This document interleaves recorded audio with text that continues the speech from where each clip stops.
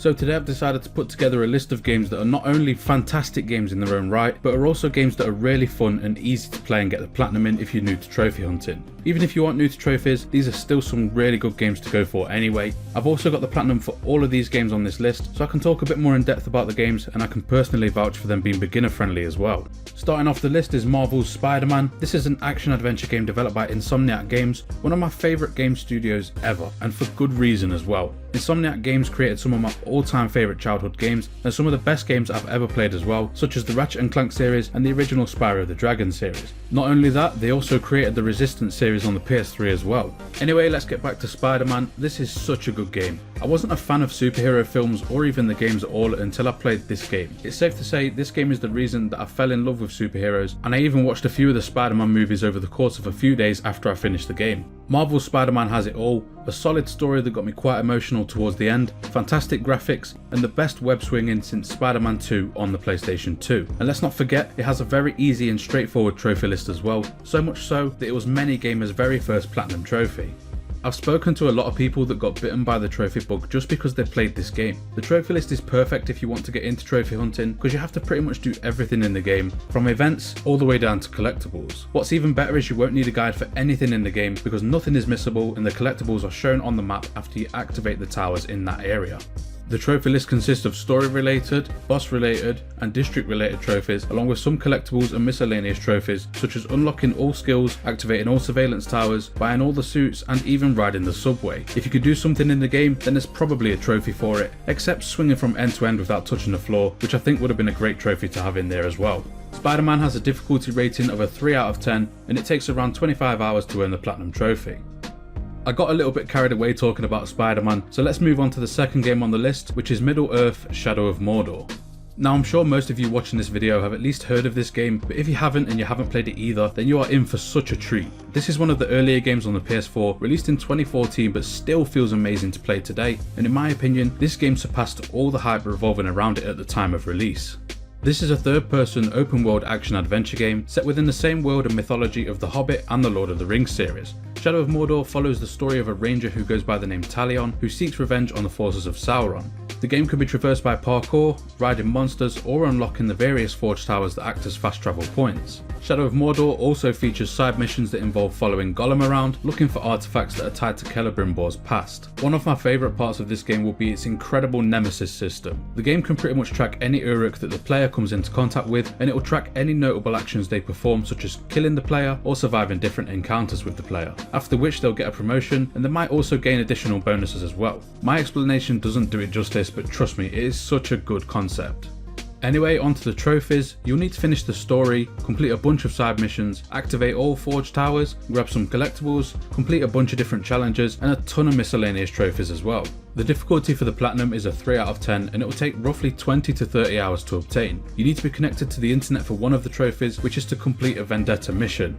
These can appear at random when a player or someone from your friends list dies to an enemy in the game. This mission gets you to track down the enemy that killed that player, and after you kill the enemy, the trophy will unlock. There are no missable trophies and everything can be done in one single playthrough. There is apparently a glitch trophy called Stinking Rebels though, so just keep an eye out for that or refer to a guide if you need to. Next on the list we have Dragon Ball Z Kakarot. This is a semi-open world action RPG and is based around Goku and the Z Fighters. This is one of the first Dragon Ball games to take more of an RPG approach rather than just being a fighting game. There's more to do than just fighting opponents in this game, such as fishing, exploring the world and completing side quests. Dragon Ball Z Kakarot is broken down into 4 different story arcs, and it follows the main story of the Dragon Ball Z series with some new moments added in as well. You go through the game playing as one of the 7 playable characters, and you get to select 2 more characters to join your party as well. The further you progress into the game, the more support characters become available to you.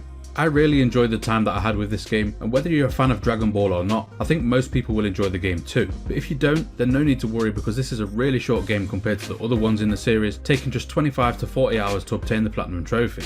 This is another game that you more than likely won't need to use a guide for, which is always a good thing. There's nothing worse than interrupting your gaming because you need to be checking a guide all the time. There's only a few trophies in the game that you won't get through natural progression, so you'll have to go slightly out of your way, but it's nothing too major. Let's get into the trophies then. To get the Platinum Trophy for this game, you'll need to finish all 4 story arcs, complete 10 sub-stories, defeat 30 villainous parties, and a whole lot of miscellaneous trophies as well. There is one trophy to keep an eye out for, and this is called Who Needs a Phone? To get this trophy, you need to receive 20 telepathic messages from Kai. You need to finish the Saiyan saga first to be able to get these messages, but that's only the first saga, so you don't have to wait too long before you can begin working on this trophy. You will get these messages for doing random things around the game, such as collecting Z orbs and finding ores or crystals. Keep in mind you won't get a message every single time you do this, and you're more likely to get a message if you collect these items in large amounts. So just break rocks and collect orbs when you're going from one location to the next, and you should easily have this trophy by the time you finish everything else in the game. Dragon Ball Z Kakarot has a difficulty rating of a 3 out of 10 and will take you roughly 25 to 40 hours to complete, depending if you decide to skip the cutscenes and dialogue or not. I am aware that all the games so far have been RPG related games, so let's get away from that for the next one, Burnout Paradise Remastered. This is an open world racing game originally released in 2008 and later got a remaster in 2018. As a massive fan of racing games, I absolutely loved going for the platinum in this one. I enjoyed it so much that I got the platinum 3 times on the PS4 since it came out. Although this is more because I'm an idiot who made a new account every week until I made my current one, rather than wanting to play it over and over again. However, it's still a fantastic game with a good trophy list as well. The game is set in the fictional city appropriately called Paradise City, where players can compete in a variety of races such as the standard race, burning routes, road rage, stunt runs and more. There's also no set way to play this game because you can do any of the races whenever you feel like it. Don't fancy doing a stunt run right now? No worries. The game won't force you to, and you can do a normal race instead. I really like this feature because it gives the player the freedom to do whatever they feel like doing at the time. Gameplay wise, the game feels really good. There's nothing like playing a racing game speeding down the street with the chance to wreck at any second. I am of course referring to the game here in case it wasn't obvious. Please drive safe in real life. Let's talk trophies then. The main thing you'll be working towards will be getting your Burnout license. To get this you need to win 90 different races, and there are a total of 120 races in the game. And luckily the game resets the events so you can beat them again each time you obtain a new license, another feature which I'm a massive fan of. The rest of the trophies consist of smashing billboards, smashing yellow shortcut gates, obtaining licenses, and a huge variety of miscellaneous trophies as well. There is one trophy to look out for, and it's the one I recommend working on as soon as you can. The trophy I'm talking about is getting 8 players to meet in the Wildcats baseball stadium. To get this trophy, you need to get into a game with 7 other players and meet everyone in the stadium at the same time. Luckily this is easily boostable, it's just quite annoying to set up. There is another trophy that's not needed for the platinum, but I'm going to talk about it anyway because you do get the DLC for free. This is another 8-player trophy, and you get this one for riding 10 miles on a bike in an 8-player lobby. This is one to get out of the way early as well, because yet again it's annoying to set up and pretty difficult to get if you try doing it with randoms. Nobody's allowed to leave the lobby until the trophy pops, and of course you can't trust random people with stuff like that, so it's best to just boost this one and get it out of the way. Burnout Paradise has a difficulty rating of a 3 out of 10, and it takes around 15 hours to obtain the platinum trophy. Who lives in a pineapple under the sea? SpongeBob does, and you get to play as him, Patrick and Sandy in the battle for Bikini Bottom. Another remaster on the list, and another game that's perfect for beginner and veteran trophy hunters as well. This is an action-adventure platforming game with the main objective to defend Bikini Bottom from the robot invasion caused by Plankton, after he mistakenly set the robots to not obey, which results in them taking over the town. This is probably the most simple game on the list, and it's definitely the easiest one to get the platinum trophy in. The trophy list is also very straightforward, and yet again, it's another game that you can play without a guide, which is always good news, at least in my opinion anyway. You won't need a guide because you'll get most of the trophies by the time you finish the game, and the game also shows you which areas of the map still have collectibles in them, and it even tells you what you need to do for the golden spatulas as well, which is another set of collectibles you'll be getting throughout the entire game. The trophy list is made up of mission, collectibles and a couple of miscellaneous trophies. Battle for Bikini Bottom is a collectathon, so nearly every single trophy are related to getting collectibles. There's only one thing that you might need to go out of your way for if you haven't met the requirements by the time you finish the game, and this is for buying all of the remaining spatulas from Mr. Krabs. To get all the spatulas from him, you're going to need 108,000 shiny objects, which are the flower looking things that you get from basically doing anything in the game. If you do still need to grind some of these at the end, then you can come to this location and just copy off what's in the video until you have enough to buy them. This isn't that much of a grind either, and it should only take you around 30 minutes to get the required amount. Battle for Bikini Bottom has a difficulty rating of a 2 out of 10, and it should take you no more than 15 hours to obtain the platinum trophy. Nice and easy. Next up we have a game that is very close to my heart and is one of my favourite games ever from my childhood, and that game is called Spyro the Dragon. I'm talking about the very first one in particular, but any of the trilogy would also be fitting for this entry as well. Not only is this an amazing classic game, it's also a really easy game to platinum, and again, you won't need a guide for any of the trophies in the game, so you're free to play at your own pace and enjoy what this amazing game has to offer. Spyro the Dragon is another collectathon style of game with some basic platforming elements and some other not so easy platforming elements too. I'm looking at you, Treetops. I have to give massive props to Toys for Bob because they're the ones responsible for bringing our childhood games back to life and giving them that nice current gen polish. They've also just released the first main entry Crash Bandicoot console game since 2008. They obviously care about the fans of the series and they've done such a good job with all of the remasters they've worked on so far, and their newest game, Crash Bandicoot 4, It's About Time. Anyway, let's get back to Spyro. The game has a nice mixture of fun with some challenges along the way. With the remaster came a few new features such as having the ability to turn on the map if you want to, and you can also press the L3 button to make sparks point you in the direction of the gem that you could be missing. This is such a good feature.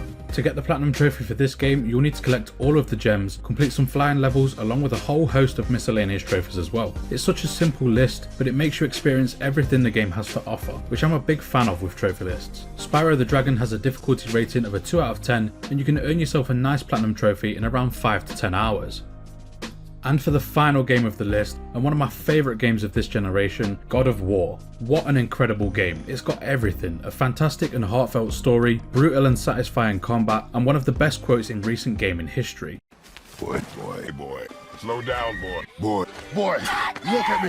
look at me, boy. It also has a very good trophy list as well. God of War is an action-adventure game and is the 8th main game in the series, and is also a sequel to God of War 3. This game is the first in the series to veer away from Greek mythology, which is one of my favourite folklore subjects, and is instead based around Norse mythology, which is also one of my favourites, and most of the game is set in Midgard. God of War features an over-the-shoulder free camera view, which is another change from the previous games that were all fixed cameras. The game is quite open, but it's not actually classed as an open world game, but it still has many features of an open world game such as fast travelling and boat traversal. I'm not going to give any information on the story because it's one of those games that I do not want to spoil. I don't care how long it's been out, I'm not going to be that guy, I just want you to know that it is a solid game. The main objective of the game is you're taking Kratos' wife's ashes to the highest mountain in all of the realms. Along the way you'll face various puzzles and challenges to overcome, and most of the puzzles involve throwing your axe at objects or freezing things in certain locations. You can also craft different pieces of armour and upgrades for your axe. Now it's time for the trophy talk. In my opinion, this is a really good list, and you will need to take a look at a guide, but there are no missable trophies, so I would recommend playing the game all the way through blind, and then checking the guide after you finish the game to help you with the cleanup and collectibles.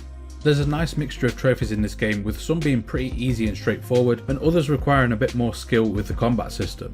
The hardest trophy in the game is for taking down all of the Valkyries, and that's all I'm going to say about that trophy because like I said earlier, I want the people who haven't played the game to experience it for themselves.